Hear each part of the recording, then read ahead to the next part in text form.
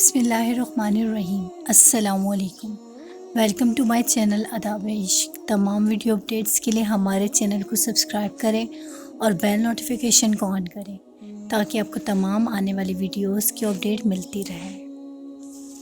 ایک دن امیر المومنین حضرت علی ابن ابی طالب مسجد کے دروازے پر اپنے خچر سے اترے۔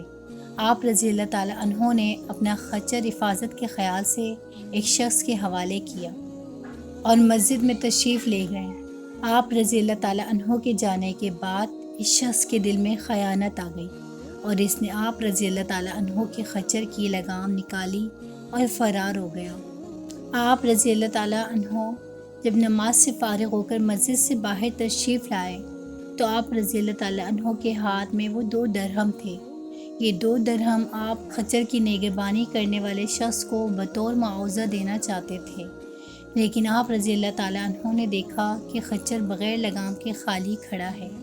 بہرحال آپ رضی اللہ تعالیٰ عنہ بغیر لگام کے خچر پر سوار ہو کر گھر پہنچے اور اپنے غلام کو 2 درہم دیے کہ وہ بازار سے دوسری لگام خرید لائے۔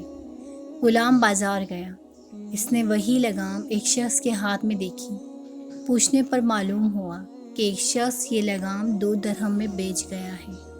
واپس آ کر غلام نے یہ بات حضرت علی رضی اللہ تعالیٰ عنہ کے گوش گزار کی تو آپ رضی اللہ تعالیٰ عنہ نے فرمایا، بندہ بعض اوقات خود صبر نہ کرنے اور عجلت سے کام لینے کی وجہ سے رزق حلال کو اپنے اوپر حرام کر لیتا ہے، حالانکہ جو کچھ رب العزت نے اس کی قسمت میں لکھا ہوتا ہے اس سے زیادہ اسے نہیں ملتا۔ دوستو، ہم امید کرتے ہیں ہماری آج کی ویڈیو آپ کو پسند آئی ہوگی۔